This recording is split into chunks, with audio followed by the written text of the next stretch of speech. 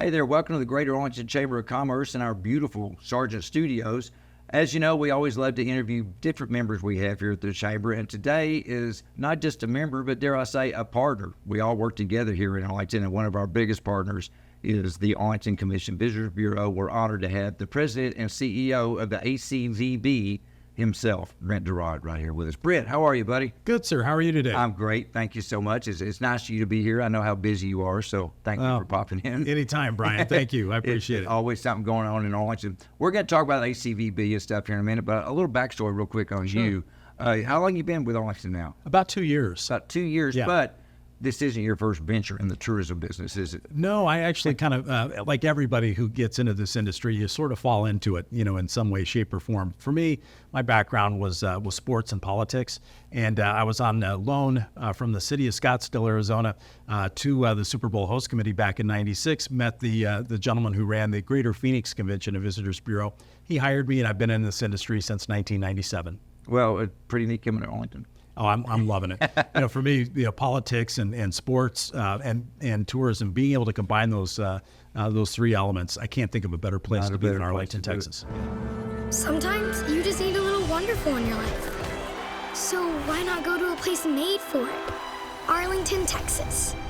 Come see for yourself why Arlington is a world of wonderful.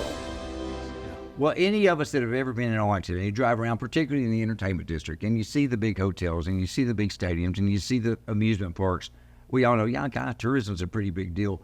It's a real big deal. Could you dazzle us with some numbers, if you don't mind, on tourism? Absolutely. No, it's 15 million people come to Arlington on an annual basis, and just the direct spending, no multiplier, but $2.6 billion is what they spend here. So when you take a look at Arlington's largest industries, tourism isn't always the most visible or talked about, but at the end of the day, bringing visitors and their dollars here, other people's money, that's always very important. OPM. We've heard it more than once.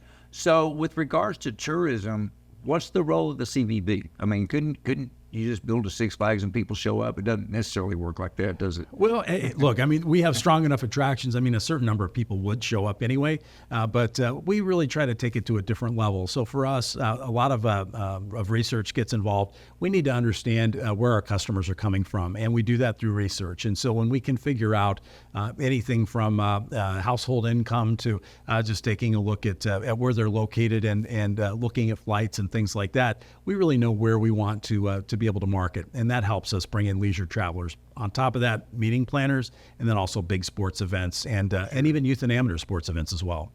People don't even think about that. We have a lot of great facilities for those. Absolutely. As well. I think people are interested to learn how the CVB is funded, and I've been here my whole life and been around the industry, but I always heard the term heads in beds. What does that mean exactly? Well, and we're funded solely through hotel occupancy tax. Right. And so no general fund dollars come to us at the CVB. So when people stay in hotels, part of that checkout tax that they pay is a hotel occupancy tax. That goes to the city. And so they provide part of that, not all of it, but part of it to us. And then we use that to market, sell, and promote Arlington. So you're kind of feeding yourself. The more your team can go out and bring people in, the more money goes into here, and then the more that comes back to you, and you just keep cycling and getting bigger and bigger and bigger. We have a vested interest in making sure that tourism continues to grow, no question. Well, a big part of that has to be the excitement of, as I mentioned, you drive by and you see a lot of cranes around here.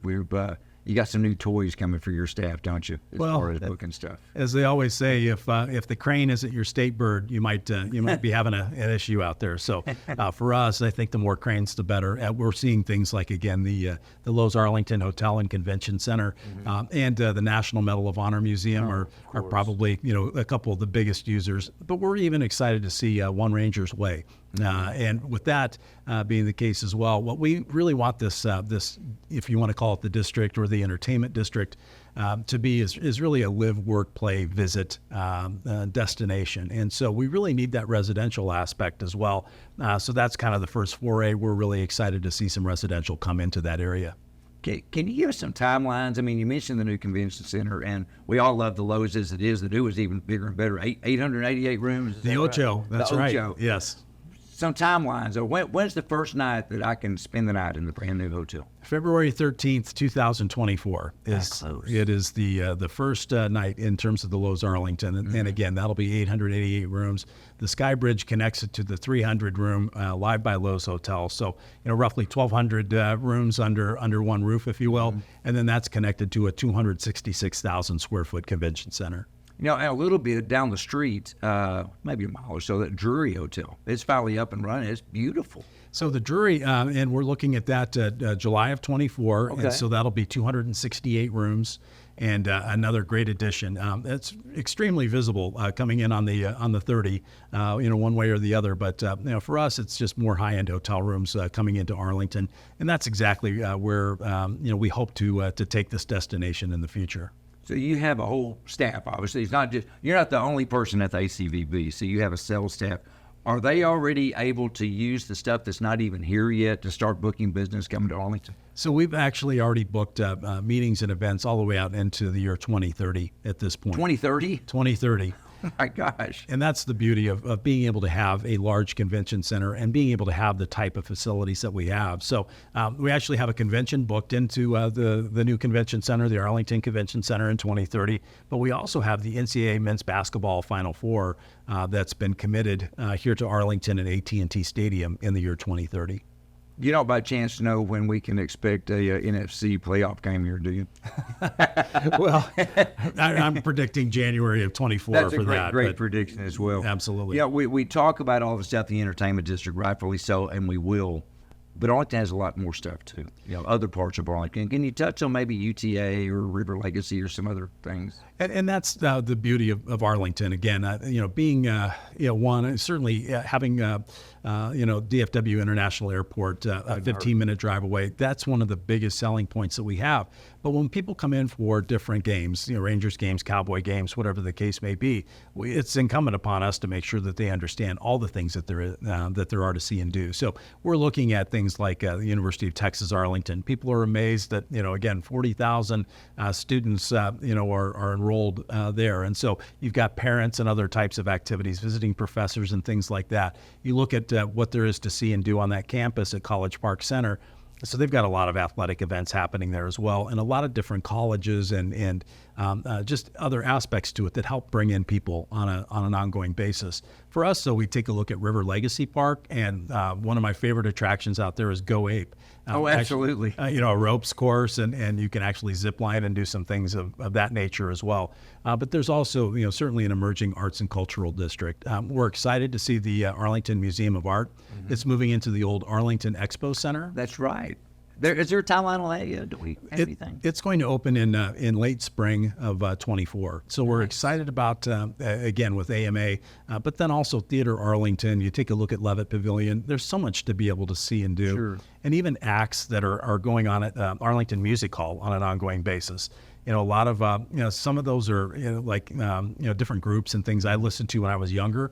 I get to see them right in person right now, too. Right. A lot of old American Idol and voice competitors and things like that. It's just great. I love it. There's just always something going on here.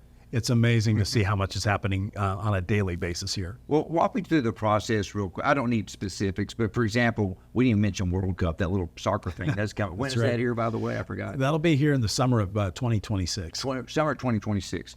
So how does something like that work? I mean, obviously there's going to be a World Cup. Does the World Cup call you? Do you call them? Is it a bidding process? I mean, there's a lot of people that want those mega events, and that's a big role, the CBB and other partners joining together to bring that to Arlington. Certainly. Yeah. I mean, I think at the top level, you're looking at FIFA talking to different, countries and looking at different hosting models. So this is going to be the first time in 2026 that it's actually a North American FIFA World Cup. And so you'll see matches in Mexico and Canada and certainly in the U.S. And then once they take a look at the U.S., it's just a matter of, okay, which cities have the venues that might be great hosts for different levels of games. We think we'll get some preliminary games, but then also there's that opportunity looking at a semifinal or perhaps beyond a semifinal right. that you can take a look at. And so that just comes back to, again, partnerships. And we at the CVB are a very small part of that. Our Arlington Sports Commission, we're working with Dallas. It's really a big regional scenario, but the city of Arlington is really key in that mix, and the Jones family, and taking a look at AT&T Stadium. We think it's certainly worthy of having a championship or finale match. I could not agree more. And again, let's don't undersell the fact that we're real close to that little airport right up the street. That's got to play, everything. in all seriousness, it's got to mean a lot. I've worked in cities where there are maybe 5 or 6 nonstop flights on a daily basis, Right. and that's no fun. And it really limits what you're able to do. And so it's having such a huge drive-in market into Arlington. I think that's really important. But DFW, and then being accompanied by Love Field, that's just so important to what we're able to offer. It's interesting too. Obviously, when there's a mega event going on in town, there's the people visiting the event and the players and stuff. But the media is a big presence too. They got to stay somewhere. They do, and so for us, that's a big aspect of it as well. So we'll take a look at that for all the big major events that come in, and Major League Baseball All-Star Game will be another next summer. Yeah, another big opportunity. So not only again Arlington hosting a World Series, but being able to bring in again the Major League Baseball All-Star Game. That's going to be vital for us, and we've already identified media hotels and things of that nature.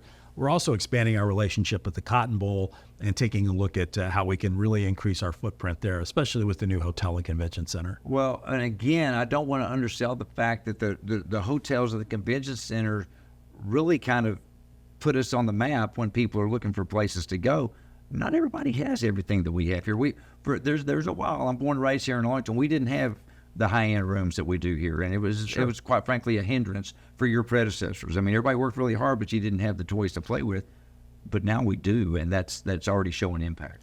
It is, and those venues are everything. Being able to have AT&T Stadium and the newest baseball stadium in terms of Globe Life Field, just tremendous amenities. The fact that the community wanted to keep Choctaw Stadium in place, and it's a great architectural feature, but it's also very functional. Not only from now, our offices are there along with many other companies, but you see, anything from high school football to XFL to, soccer and rugby and everything else played there as well.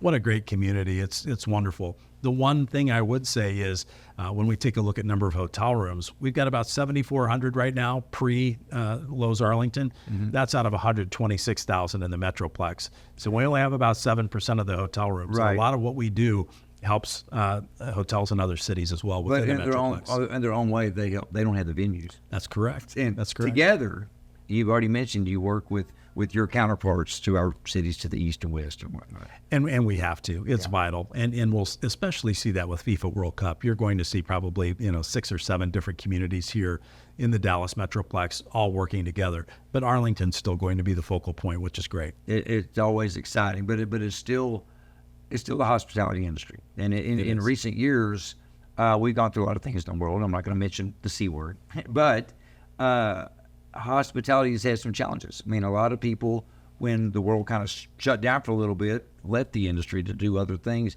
Now they're coming back in. We're getting stuff. Can you maybe talk about some of the challenges that we're facing? Certainly. I mean, when we take a look at the labor situation out there, that's really the tourism hospitality industry, not just in Arlington, but really throughout the United States has suffered in a major way. And so one of the things that we've done to help combat that is we have in place a 501c3 nonprofit organization called the Travel and Sports Legacy Foundation. And Mary German on our team, she's been with us 30 years. She operates that, and she does just a wonderful job with it. But for us, at the end of the day, it's trying to work with AISD. It's working with Tarrant County College, even with UTA, to take a look at, okay, how do we get their students interested in jobs within this industry? We have so many unfilled jobs out there.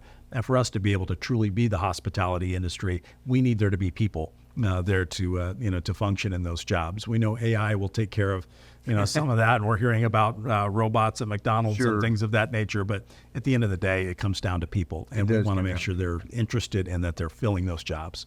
We just mentioned 2 words in the same sentence there, hospitality and UTA.